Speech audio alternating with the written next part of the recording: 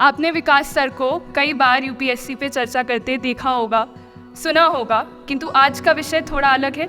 हमें अपने पिछले कल को भूलकर एक बेहतर भविष्य की ओर आगे बढ़ना चाहिए।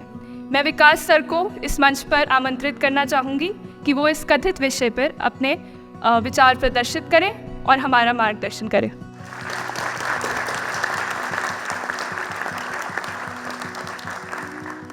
आप सभी को नमस्कार। सबसे पहले मैं अपनी वरिष्ठ साथी रमा जी को धन्यवाद करूंगा। जब मैं विद्यार्थी था तो इस कॉलेज में अक्सर आता था, तब वो यहाँ नई नई प्राध्यापिका बनी थी। मैं डिबेटिंग कंपटीशन के लिए आता था, वो जज होती थी। इनसे प्राइज़ देना बहुत मुश्किल था, लेकिन हमने हार मानी नहीं और एक आध बार प्राइज़ जीत भी लिया उनके हाथों से। अब वो हमारी वरिष्ठ साथी हैं।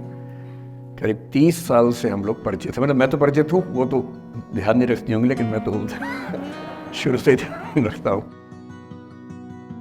दूसरा शुक्रिया इस उड़ान सोसाइटी का। मैं जब पिछली बार आया था, समय की थोड़ी सी कमी रहती है, तो जब मुझे पता लगा कि हंसराज कॉलेज से 2 सोसाइटीज़ एक साथ अप्रोच कर रही है, तो मैंने दोनों बच्चों को एक साथ बुलाया एक बार अपने पास। अलग भी थी उसमें, और मैंने दोनों से निवेदन किया कि भाई एक ही बार कर लो, एक ही प्रोग्राम के पीछे दोनों बैनर लगा देना, मैं एक बार आके दोनों काम कर लूँगा। पर इन दोनों में वहाँ पर ठीक ठाक जोर आजमाइश हुई और अंत में तय हुआ कि 2 ही बार आना होगा। तो पिछली बार तो मैं करीब 6 महीने पहले आया था। निष्ठा सोसाइटी का गवर्नेंस पे एक सेमिनार था शायद। इनको हम सोच रहे थे कि टाल मटोल करके मैनेज कर लेंगे। हमने काफ़ी कोशिश की, हमारी टीम ने काफ़ी बहाने लगाए कि सर बिजी हैं, भारत के बाहर हैं, दुनिया के बाहर। खूब हमने कहा। हमें लगा कि अंत में हार के गिव अप कर देंगे या लेट गो कर देंगे, कुछ तो करेंगे। पर ये नहीं मानी। इन्होंने मुझे मैसेज किए, कभी कभी लगभग हार्श होती हुई लैंग्वेज में मैसेज किया कि सर आपने वायदा किया था, कैसे पीछे हट सकते हैं। तो फिर ये हुआ कि ठीक है, आना तो है ही। अंततः आज का दिन तय हुआ। फिर टॉपिक्स की बात हुई तो इनका निवेदन था कि बस मोटिवेशन पे कुछ भी बोल दीजिए आप।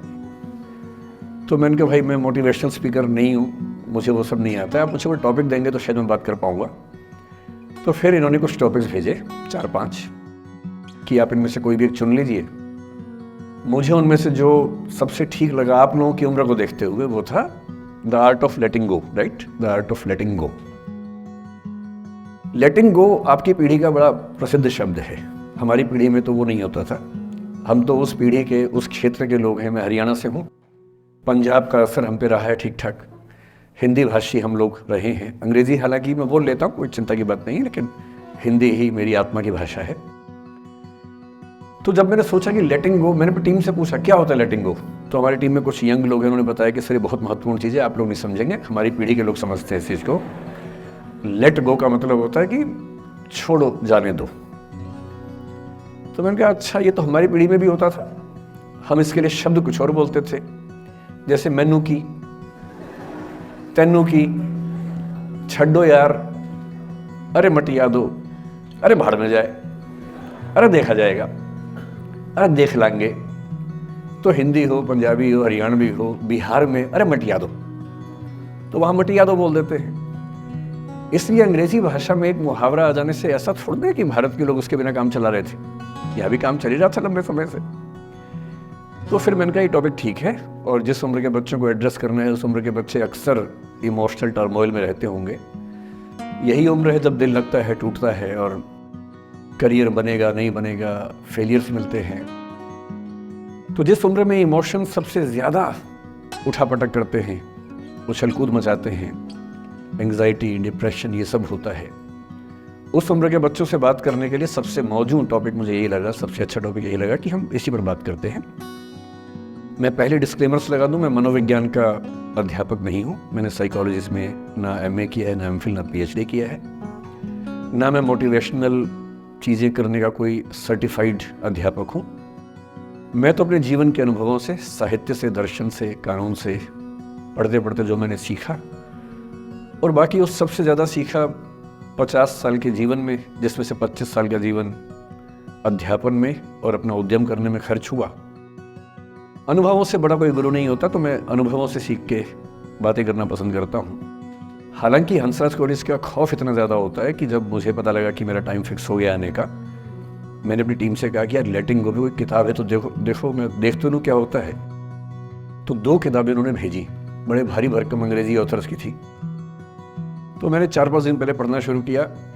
5-10 मिनट पढ़ के मुझे लगा कि उससे बात बनेगी नहीं, वो अलग ही टाइप की बातें थी, बड़ी थ्योरेटिकल सी बातें। तो मैंने कहा क्या थियरी में क्या रखा है, हम बच्चों से बच्चों की जुबान में बात करेंगे, उसका मज़ा ज़्यादा है, क्यों थियरी में जाए। तो मैं जो कुछ भी अगले 1 घंटे में, मतलब 1 घंटा की, आधा घंटा की, 1.5 घंटा, वो मैं आपके चेहरे से अंदाज़ा लगा लूँगा। आप केवल चेहरे पे भाव ऐसे ले आइएगा कितना आप सुनना चाह रहे हैं। मैं तो अभ्यस्त हूँ, मैं 8 घंटे बिना ब्रेक के पढ़ाता हूँ जनरली, तो मैं तो अभ्यस्त हूँ सुबह से रात तक पढ़ाने के लिए। आप अपना देख लीजिए कितना आप सुनने की हालत में है। और ऐसा ना हो कि मैं अपनी स्पीच सुनने के लिए मोटिवेट करूँ आपको, वो मैं नहीं करूँगा, है ना। उससे अच्छा, उससे बेहतर ये है कि बीच में छोड़ देंगे। और मैं आपकी उम्र का भी ध्यान रखूँगा, छोटे छोटे बच्चे हैं, इतना टॉर्चर ठीक नहीं है, तो ध्यान रखेंगे। पर मेरा ख्याल है कि आपको मज़ा आएगा, क्योंकि आपकी उम्र से जुड़ी बातें हैं, आपको अच्छा लगेगा।